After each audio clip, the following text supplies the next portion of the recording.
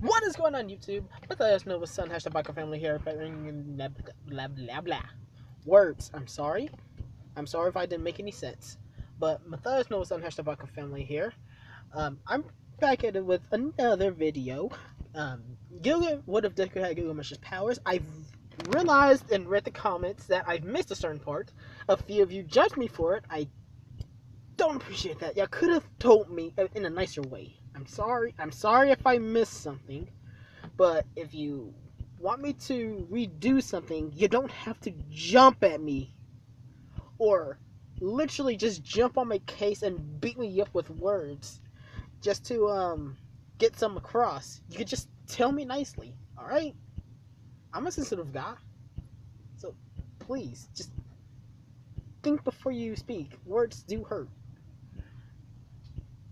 Well, anyways, this will be What If Deku Had Gilgamesh's Powers 4.2. Only reason I say 4.2 is because the first one, even though it doesn't have 4 point anything, it still technically counts as 4.1. So, yeah. Let's just say this one here is 4.2. So, yeah. Woohoo! And this one will be the USJ attack in the... Yeah. I literally read the comment not long ago, like literally a good minute ago. I believe what I missed was the USJ attack and the... What's it? The USJ attack and, Hold on, give me a minute.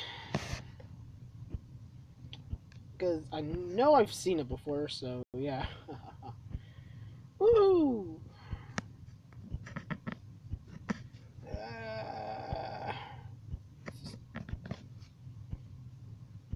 Ay. I forgot that. Oh, here it is. Yep, here we are. Do do do do. Do do do. Do do do do do do do do.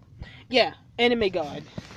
Let's give a shout out to this guy because, well, he may not have been the first one to tell me this, but he did say this in a more nicer tone than anyone else did. So, yeah, thank you, anime god. I appreciate it very much, bro. So yeah. Oh yeah, the UA festival. That's it. The USA attack in the UA festival. That's what I missed. So yeah. All right. Now that we know what I missed, since I'm a dumb baka, let's go ahead and do the USJ attack. And okay, so let's see. How will this go? Yes, it's day. It will be daytime. And everybody loads up on a bus and heads out to the USJ. The, what's it? I believe it's the Ultimate Survival thingy. Or the, Ultimate Rescue course. I forgot what USJ actually stands for, but I know it's somewhere on the lines of something about saving or helping people. In different scenarios, like water through mountains to fire pits and lava. So yeah.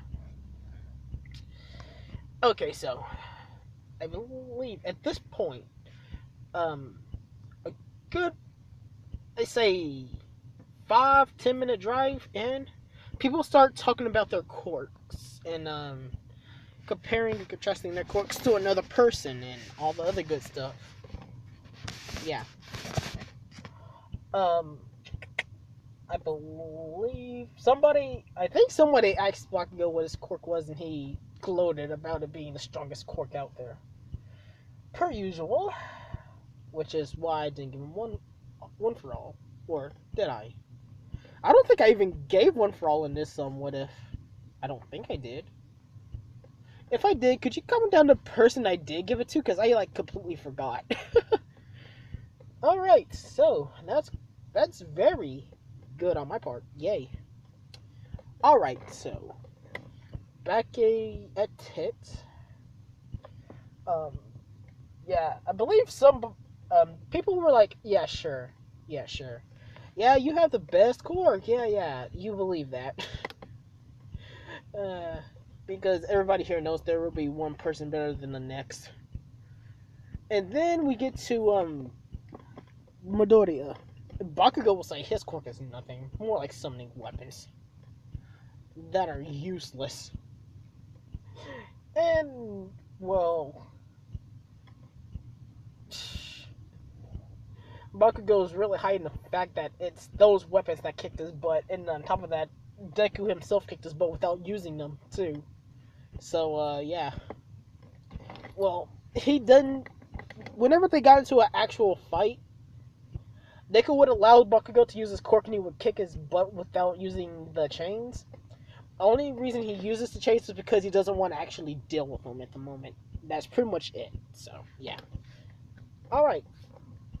So, Deku would say his quirk is the Hero King, I believe. Well, that would be his hero name, but I forgot what I called his quirk. Did I call it King of King's Law or... I mean, Kif King's Law or Hero King? I forget. Anyways. No, okay, that was creepy. Okay, anyways. Yeah. Ugh. What was I... Yeah. I honestly forgot what I called Deku's quirk. Jesus. Yikes. Wow. My fifth episode to a What If series, and I already forgot the name of the damn quirk. That is sad. I honestly think I called it the Hero King. I honestly thought I said that. I think I said that. Well, regardless, people would say, "Ooh, that sounds really heroic," and Bakugo would say, "Yeah, and a bit prideful." Then everybody would just stare at Bakugo with that blank saying, with that blank stare. You know, in them shows when people get that blank stare saying, "Nigga, you have no rights to say anything" type look. That's what they're all giving Bakugo, and Bakugo be like, "What are y'all looking at?" All of them shook their head so slow. Even the bus started to even the bus tried to shake its the head, like saying, no, you have no rights to say anything, kid. And Bakugo would have that triggered as all hell face saying, "You all cannot say anything to me. I am the best, and I know I'm the best. And it's not me being prideful, it's a fact." And everybody could count the times that Bakugo had lost on their own fingers, with one person going to 10, the other person saying 20, the other person saying 30. You know, keep counting up till one person just stops. And that'll be the number of times Bakugo's lost to Deku. All of them said, "You lost about at least 50 fights around through Deku, through Izuku. You have no right to be any type of prideful like that." Everybody was just giving them daggering, "You can't say anything" stares to him. And I'm like, and I personally think that's how it should have gone, to be honest. But, you know. Anyways, they arrive at the USJ and they meet the Black Hole Hero, Hero 13, I believe. And as Hero 13 was about to explain everything that goes on through the USJ, well, Deku, who is still in half control of Gilgamesh at this point, would sense some type of power. Well, not power, but like feeling, I should say. Yeah, he felt this type of feeling. This type of, well, not necessarily bloodlust, but like this type of dangerous feeling coming through the Black Gate. and he will also sense the Nomu, and the Nomu will be the one giving off the bloodlust, while the villains give off this dangerous feeling. And Gilgamesh would notice the Nomu and takes over Deku for like a split for a little bit, because the Nomu is the biggest threat there to Gilgamesh, at least. The others are really just small fries. He could just take a sword and just barely just like flail it around like a child, really, and kick their butts. Because remember, Gilgamesh is a jack of all trades. So he's a sword master, a spear master, a bone master, arrow master, like an archer. And hold on, something happened here. I don't know what this is or what happened here. So yeah. All right, and we're back. So yeah. Yeah, Gilgamesh would take out a sword, and Aizawa would like wrap his cloth around him, and like have his quirk focused in on Deku, saying, "No, you stay back here. This is a job for a pro hero." And well, you know, in the shows, the anime, the protagonist, the swordsmaster, how it just stands in one place and like slices through the ribbons without much, and slices through like what's it called, bondages.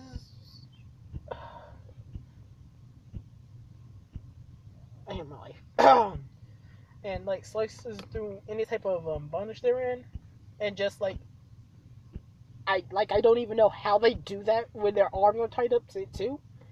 But yeah, that's pretty much what happened. And Aizawa would be like, "What the? How'd you do that?" And well, Gilgamesh would say training, and he would also stare at Aizawa, emitting a pressure enough to kind of make him like regret using his quirk on him. And Deku would say, "Do not get in my way, or I will hurt you. I can't control my strength when I'm playing around with weaklings." I would be like, playing around with weaklings? But that's like a whole army of friggin' villains. And Dick would be like, well, Gilgamesh would be like, yeah, they're weaklings. My target is the big thing back there. And then Aizawa would notice this giant creature walk through the friggin' portal, and he'd be like, how'd you know it was there? Deku would say, it was releasing bloodlust this entire time. Did you not feel it? Aizawa would then feel it like a few seconds later, all like, oh my god. He'd be like, what the hell is this thing? Aizawa would then look at, well, Gilgamesh Deku and be like, you know what, kid? Fine. You do you. Just don't get hurt too much, alright? And Gilgamesh would just nod with a slight smile and leap into the fray. And not a second has passed before like 10 villains get sent into the air. Yeah, and is it Kodogori? No, Shigaraki. Yeah. Shigaraki would be what's it? Scratching his neck a bit furiously. Cause at this point, like a good 5 minutes would have passed, and half of his men has been like mold down. Shigaraki's like, who the hell is this kid? Why is he so skilled with the friggin' sword? And oh, before I forget, the sword is blunt. He's not killing any of them. He's only knocking them to the point of he's only hitting them hard enough to the point they're like knocked out. So yeah, the only reason he sent them flying is because he wants Aizawa to know that he will be sent flying if he gets too close to him.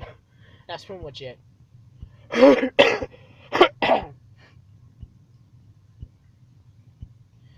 And before you say, Wait, if the sword's point, how to cut through the cloth? Um, you, a lot of, masters can cut through anything with a twig or anything flimsy like paper. It's not. It's just it just requires skill really. Because there's been a few shows where the protagonist has cut through a steel pillar with the friggin' rope. I mean, like, it's not, it's like dumb with how it works, but it's there, so yeah. Yeah, let's just not question the logic, please. Ugh. Alright, so, yeah. While all this is happening, Shigaraki would sick the Nuomu out on the pro hero because he thinks it's the pro hero that's done most of the damage, when it's not. Aizawa's only taken out like 10 while Deku's taken out like 50. So yeah. While the Nomu is bomb rushing Aizawa like a true tank, Aizawa puts up a decent enough fight because he's not tired out fighting a lot of villains. But Shigaraki tries to sneak attack him, but as soon as he was about to touch him, he had pulled away quickly enough not to get his hand punctured, but it was cut. Yeah. Then you would see like a spear like just vibrating in the ground before him. Finally slowing down, coming to a stop. Shigaraki would look to where the spear came from, and he would see Deku with his hand out to the side of him, knocking out a few more villains. Shigaraki would be like, "How do you know I was going to sneak attack the pro hero?" And he would then have the number would have Aizawa literally on the ground, almost bloodied, when Shigaraki tells Nomu to sick the kid. But as soon as it took a step, there was a friggin' spear in his brain.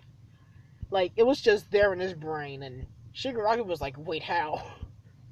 Where'd the spear come from?" Then he would look behind him and notice that the spear that was shot in front of him is gone and is now inside the Nomu's head. He'd be like, "How? How? The kid's not that fast. He's still over there fighting the villains. How'd he do it?" And then he would start thinking maybe it's some type of telepathy quirk.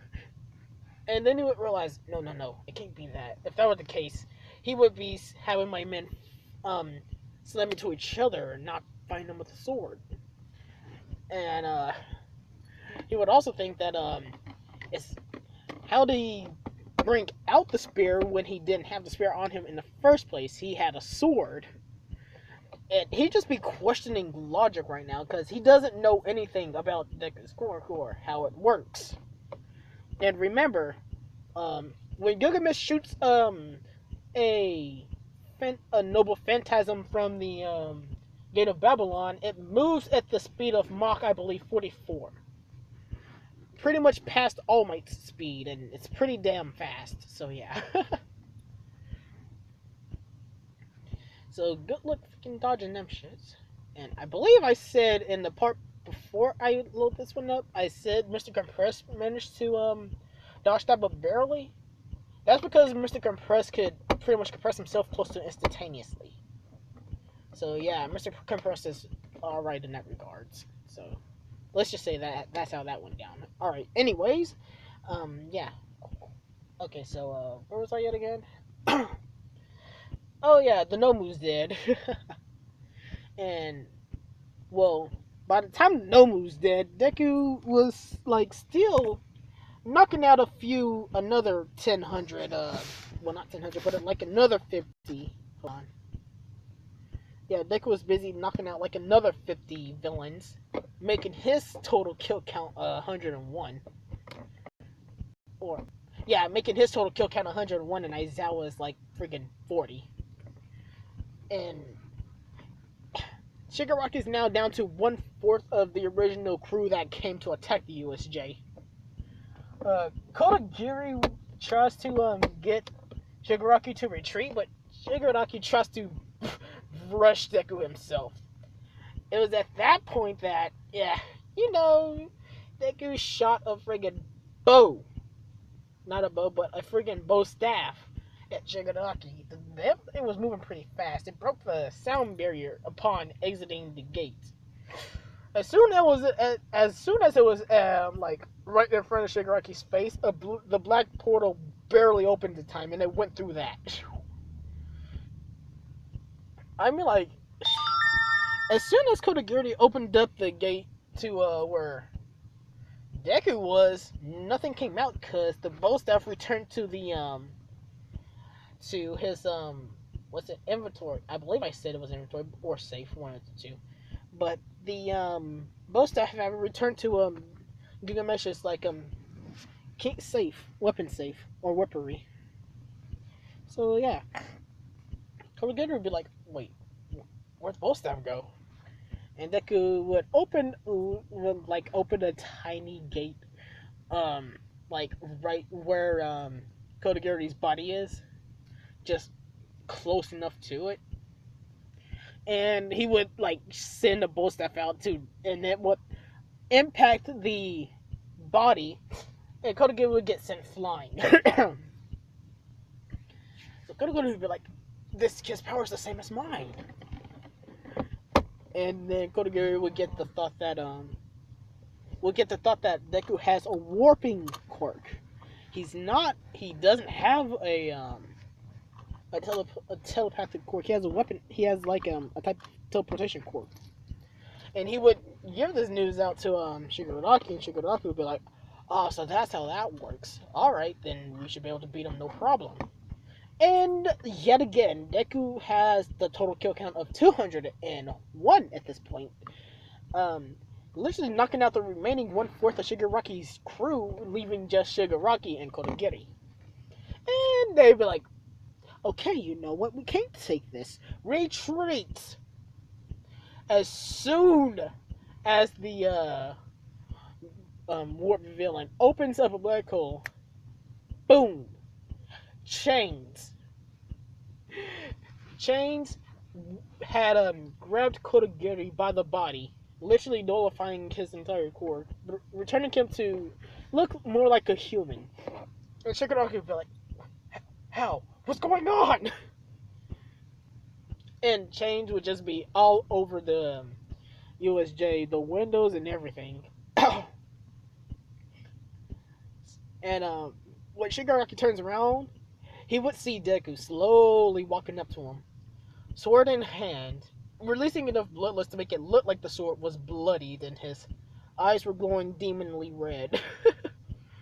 So yeah, Shigaraki was over here shaking in his pants, scared as all hell. His only means of escape was useless at this point. And as soon as Deku got close to him, Shigaraki didn't even look down. He was looking up. He was looking at this shadowy monster, looking down on him as if he were prey. So, yeah, Shigaraki was crapping himself. And then, dun dun dun dun, the heroes came.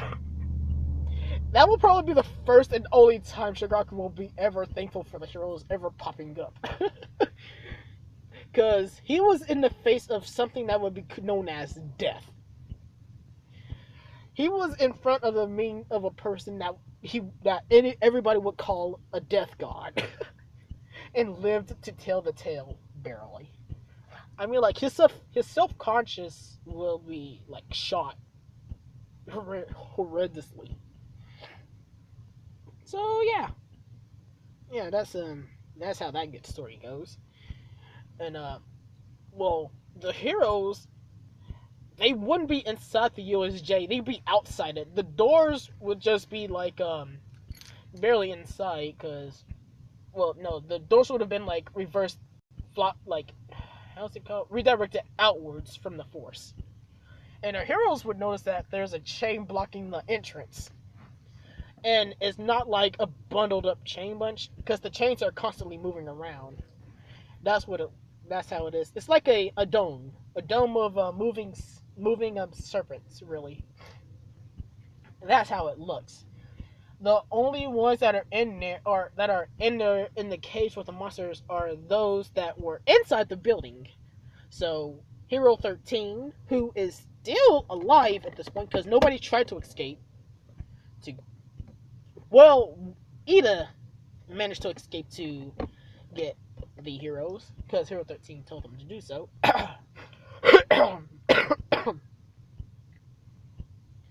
And Gilgamesh wasn't so worried about them because he was more worried about the one person that could shoot Mach 44 arsenals at them without any hesitation or any repercussions. So he had to like focus on like blocking the arrow and try to send blocking whatever he shoots and try to send it back at him, and realize that it won't work. So yeah, Ada would have gone out and it would have managed to get heroes in time actually. So yeah, Ida's outside with the pro heroes. All the pro heroes are like, wait, what's this chain here? One of them tries to touch it, but gets ricocheted like I don't know how far backwards, but they got sent flying. Yeah. And as soon as Deku turned his head that way, the heroes felt the presence of a death god themselves, and they started shaking. Endeavor's prideful self, his flames went straight on blue. He's like, I cannot. He's like, he was not going to take any chances. He was like, I'm going to go all out if that thing tries to attack us. Even All Might got his fighting stance ready. So yeah, and this is Gilgamesh right now, not Deku, because Gilgamesh will kill. It's Deku that won't. Gilgamesh said he will make Deku a great hero, but he didn't say anything about not killing anyone. At least that's what I think I had him do. I forget. Oh well, anyway. No, he's not killing anyone. Yeah, he's not. He's gonna make Shigaraki think he's gonna kill him. He probably will kill him. I'm not sure. It's Gilgamesh. He always plays with his enemies. He's not even serious right now. He's just trying to see what his reaction would be. And soon enough, Shigaraki nearly faints. And color comes back to the building. The presence is gone. The change pretty much just flat out vanished. Everybody that was standing up collapses. All Might and Endeavor are still in their like full power mode, getting ready to attack. And Kodagiri, as soon as he got his quirk back, opens a gate under both of them and leaves. They were like, flee the scene. Gone. Rest of the villains, those that were awake, that were just faking dead, they peed themselves. Those that were in the water felt the princess are very far down. Like they're so far down, you probably wouldn't even see them. They probably wouldn't even come back up, even if they feel the presence gone. That's how traumatized they were. But yeah. All in all, it's good fun for Gilgamesh. The others are morbid. They were terrified out of their wildest dreams. It was just scary for them. So yeah, that's the USJ. And now here comes the UA festival. But I think we had like a few weeks of rest, and UA had released this program of campus campus protection for the students, so that events like this won't happen again, because they managed to successfully fend off the villain attack and people. Was it the paparazzi? I believe they tried to catch on what happened, but the heroes that were there were just blocking the view. They're like, hell no. We don't know if that demon is still in there or not. So letting normal civilians in is a bad idea. Yeah, that's how that was, and that's how that went down. So yay. All right, now it's time for now we can get to the UA festival. So on the day of the UA festival, everybody was locked and loaded. They were all pumped and hyped. A lot of the people that were actually awake when they saw Deku go like complete demon were very terrified to see him there. They were like, "Oh hell no, he's here! Do we drop out or do we continue? I don't know." And let's just say, Todoroki was one of the people that was still awake when Deku went full demon. Todoroki be like, I have no choice but to use my fire against that guy. He is too powerful and too terrifying to let live. And granted, I say demon, but it's just, the warrior's aura or battle aura. When people have fought for so long, they gain like this type of battle aura, and it's battle aura which depicts how strong your opponent is apart from the others. Gilgamesh would be considered a god of death at this point, while Kratos is the god of war. Yeah, their auras would be different, but Gilgamesh would win that battle because his warrior's aura has more experience than Kratos's, because he will kill without mercy. While Kratos, well, actually that would be a relatively close battle. Now I think about it. Kratos kills gods, and he's not deemed a god of war. But has he fought the god of death yet?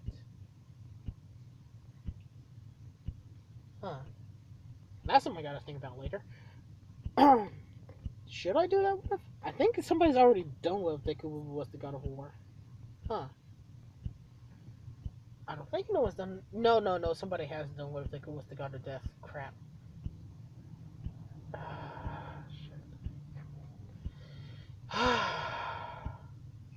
Charles groping. Alright. Alrighty. Anyways, let's see here. As soon as President Mike says go, Todoroki freezes everything the moment he said go. Because he's not risking Deku actually getting ahead of him. With his speed, he's actually faster. He's actually as fast as All Might, about 80%. So yeah, he will blitz everyone if he can.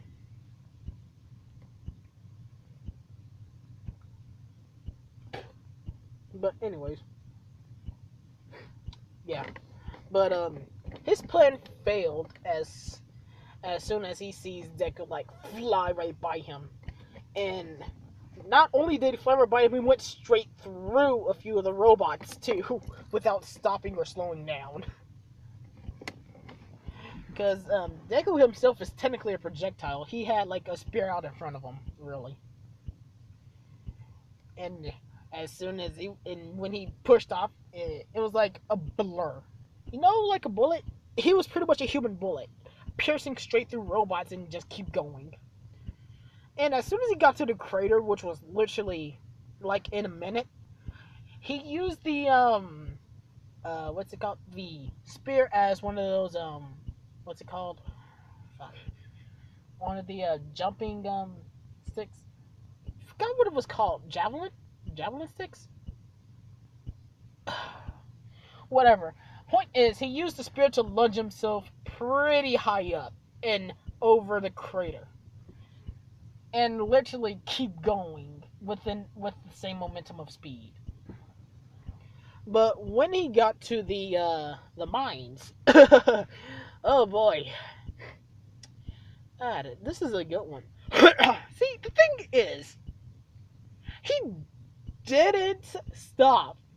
Instead, he just opened a portal and use the chains as stepping stumps, really. Yeah, and when it was high enough, he made one of the chains a spring, and used that to literally lunge himself to the tunnel. And all this happened within the short time span of like a minute, or 5, probably 6 minutes, and everybody was like, "What the fuck? How are we gonna keep up with that?" Bakugo, livid as hell. Todoroki, triggered as hell. Decides to, yeah, those two decide to like beat feet and use their quirks to the fullest. Bakugo, literally getting close to breaking his arms, created massive explosions just to speed up. And Todoroki, using his fire on one of the courses to try to like speed himself up while he uses the ice to slide, like a friggin' jet. So yeah, both of them were going all out. And Todoroki would slowly start to realize that his fire could be used by him, and his father isn't around. So yeah, that's the thing. That's that. But he still wouldn't really use his fire quirk unless it's to get someone like freaking Deku, which he's gonna start, because he sees Deku as a legitimate threat to his own. Hold on, real quick, guys.